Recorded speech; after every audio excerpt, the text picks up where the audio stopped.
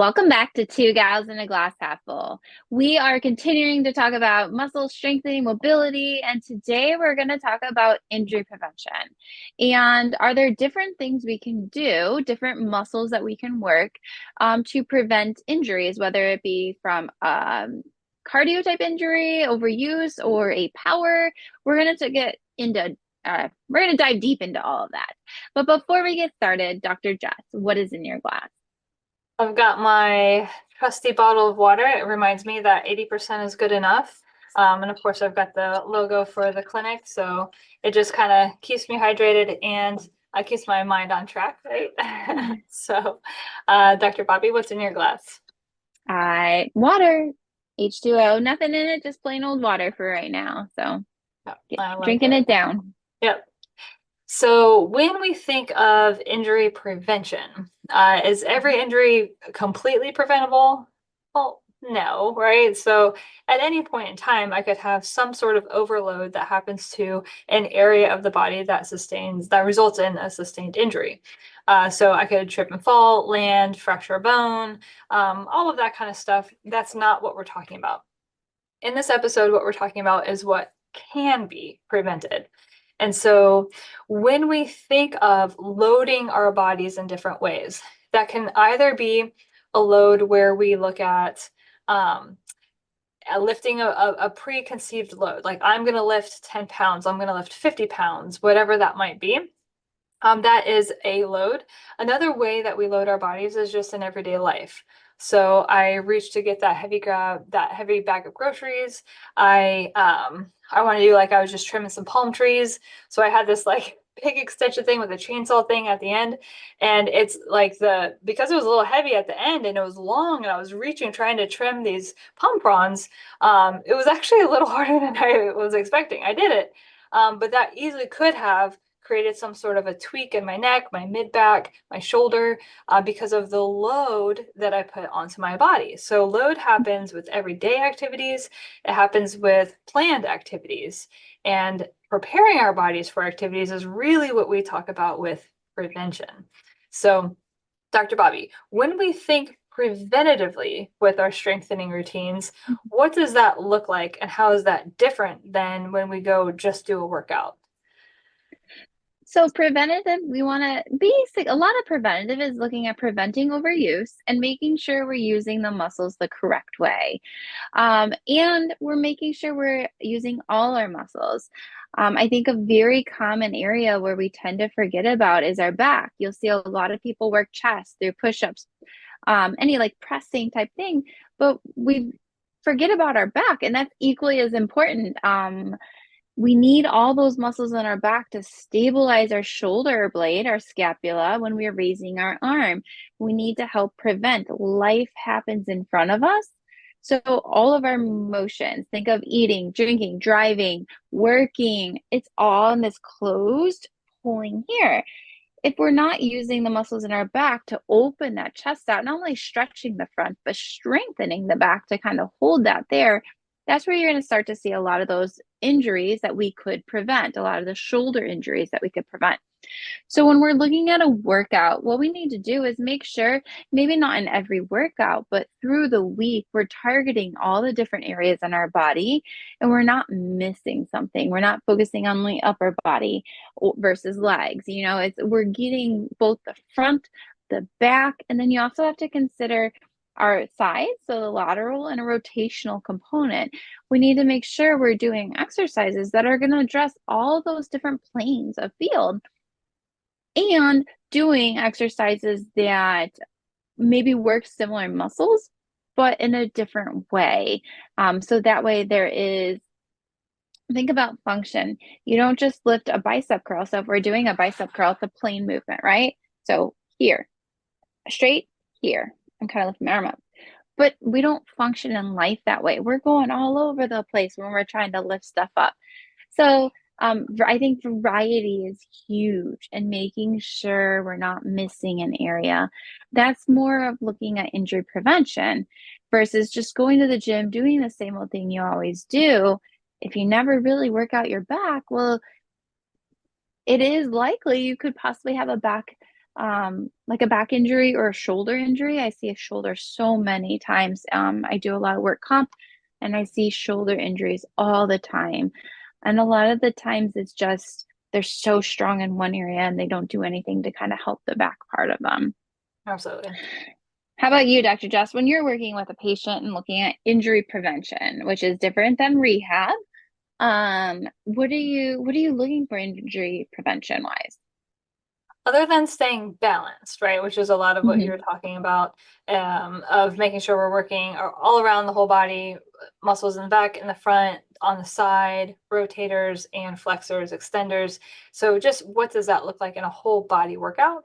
And we've got to think about the muscles that are our stabilizing muscles, which are different than the muscles that are our global muscles. And so I remember I didn't really know this until I was in graduate school studying this crap, right? This is not like most people don't know this. I grew up playing sports, I was super athletic, and I had no idea the difference between these two muscle groups, stabilizing and global muscles. And now that I have this appreciation, it's like, oh my goodness, like, of course you need to keep these deeper muscles strong. So when we think about stabilizing muscles, these are muscles that cross a joint and stabilize that joint. Okay, so think rotator cuff muscles in the shoulder. You've got, the deep glutes for the hip. You've got the transverse abdominis for the core. That's not the rectus abdominis. That's not the crunch muscle. This is the muscle that sucks that belly button in and stays still, that you use more like in a plank, things like that. So these are all going to be muscles that actually have attachments to the level of the joint. So they're very deep. They're not muscles that you can typically touch very easily. In certain areas of the body, you can. Um, the attachments, you have a hard time because they're so deep. Now, as your body is built out, now there's going to be muscles that are more superficial to those muscles. And so these are our global muscles. So, for example, in the shoulder, it would be like our deltoid, our bicep, our tricep are all global muscles. So they're going to be muscles that move our bones in space. So these are the muscles that are like very straightforward to strengthen, right? I mean, I'm like, oh, look at that. I'm doing my bicep curl. This is fantastic, right? And it's great to keep that strong. And what about the rotator cuff that's deep to that? If that rotator cuff is weak and you start loading heavy, especially going into an overhead position, you're going to be a lot more likely to have rotator cuff tear, right?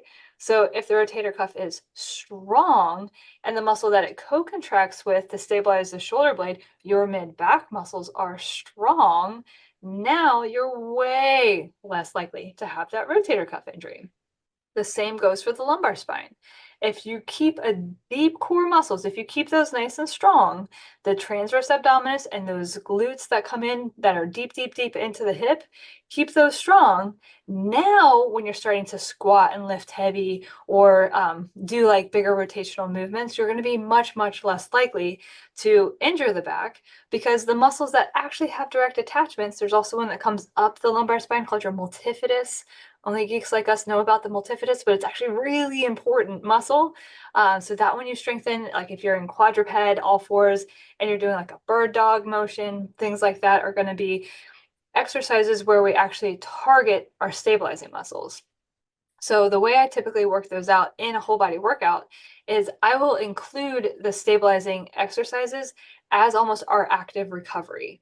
So if we're doing something that's going to get our heart rate elevated, we're going to be pushing and, kind of that harder like burpee, things where you're like, oh, I'm kind of tired. Now we're going to drop into a stabilizing exercise. We're going to start to isolate a little bit and have to think. So we're tired from the hard work we just did, but now we're going to be pushing much less weight, but it's more about form and precision. And then you're going to be like, okay, now I'm going to hold this lateral plank and then do some rotator cuff strengthening while I hold a lateral plank.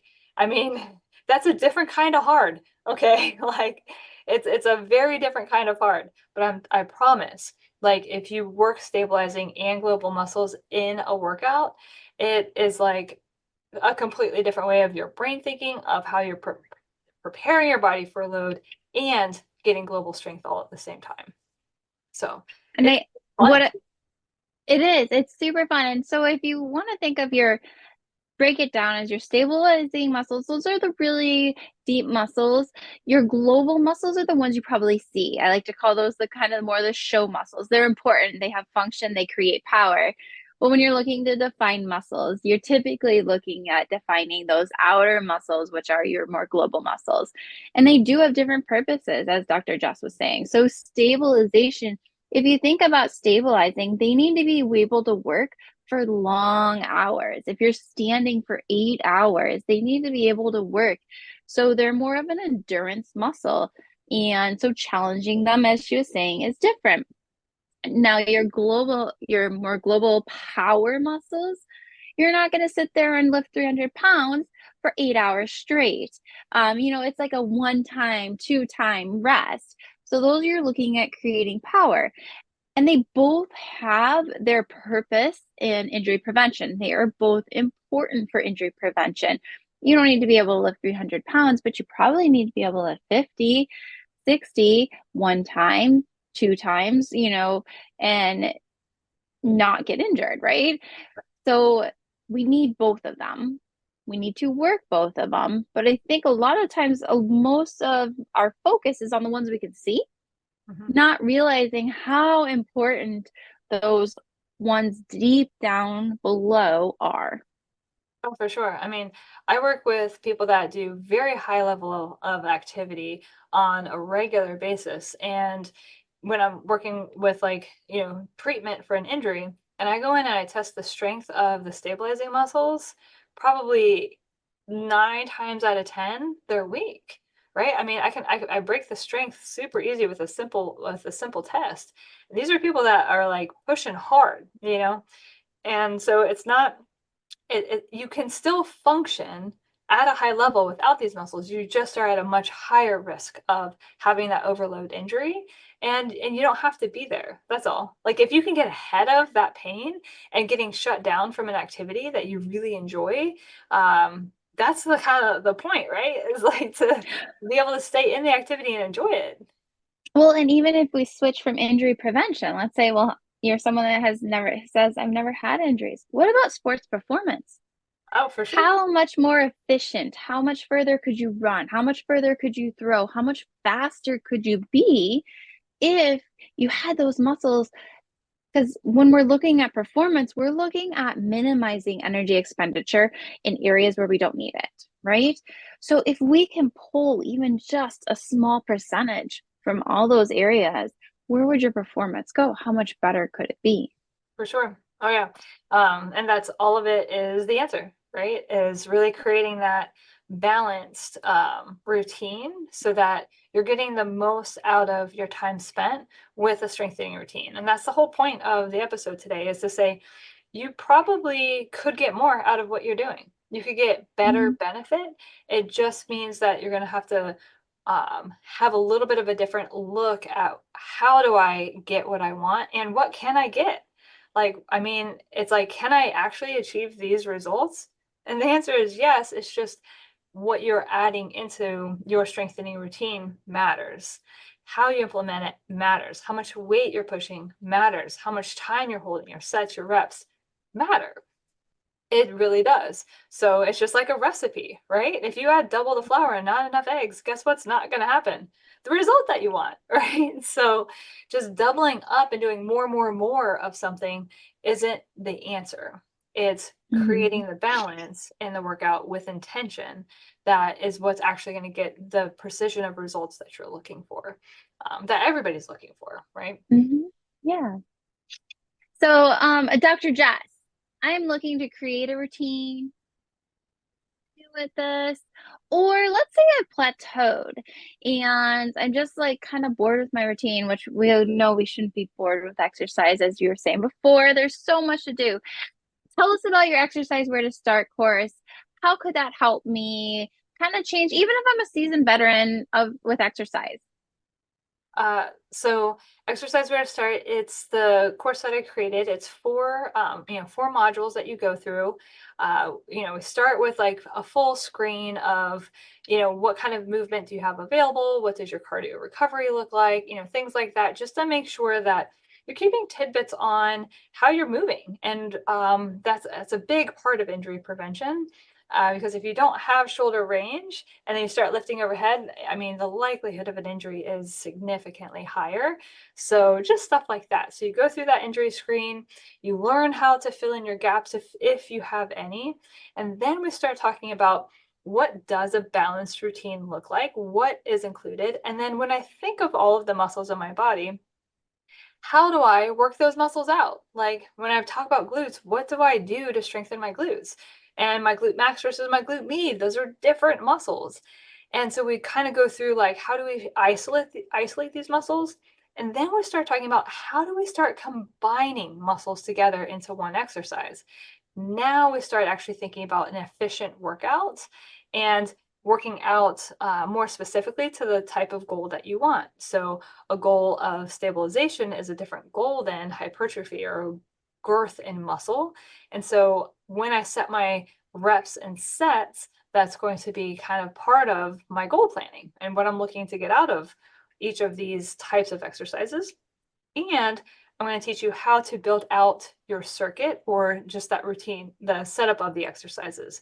So it's about efficiency with combining muscles together. So like I was saying before, if I do a side plank, I'm going to be working the muscles in my core, my obliques. I'm going to be working my glute muscles. I can get my mid back to engage, and then I can add a light weight and do my rotator cuff all at the same time, right? So I'm like literally, I am never just doing one exercise when I work out. Like I don't have time for that. There's too much to put in. So I'm going to make sure that I'm constantly combining different things so that it's efficient. Then we think of like, if I have like back-to-back exercises that get my heart rate really high, well, now my form's going to start to break down. So how can I stagger my exercises so that I'm going to have one that gets my heart rate high, then I'm going to have a bit of a recovery exercise, and then I'm going to have one that asks for like maybe a little bit more power, and then I'm going to come back to a one that gets my heart rate a little bit higher, and then I'm going to cycle through. So now I'm just jumping from one exercise to the next. I'm not like panting, oh, I got to catch my breath. No, like as I'm catching my breath, I'm holding my side plank as I catch my breath, right? Because again, I want to get this done efficiently. I'll be in, out, 30 minutes, maybe 40 if I'm like feeling hefty. But like if you cycle through efficiently, it's like you can get so much more done, and the intention of the workout is completely different than just showing up and going through the paces. And this is how it starts to become kind of fun. Like, oh, I really liked this. Like when you like write it out, I really liked this, but I didn't like that one. So just pop that one out, put something else in, right? Mhm. And just kind of play with it. Like I'll have different ones that I like a lot and other ones that I'm like, I didn't love this one as much, or I liked it better when I was in my backyard than in the gym here at the clinic. So it just kind of depends on, if you get bored with something, change it up. But it's like by the time you're done with those 4 lessons, it's like, holy goodness, like I feel like I can look at exercise in a completely different lens. Like I'm in the driver's seat now. I can do what I want to do and I can set my goals and achieve them, which is like crazy empowering. Yes, yeah, I think it's so beneficial to have that help when you're starting or when you're bored or if you're plateaued or if you think you're doing great and you just want to make sure like there's nothing else I can do to make my performance better. Go check the course out. It's at www.2-gals.com. It's the number 2. Um, so www.2-gals.com. Down below in the description, there will be a discount code for our viewers. So go check it out. All right, everybody, stay tuned for next week.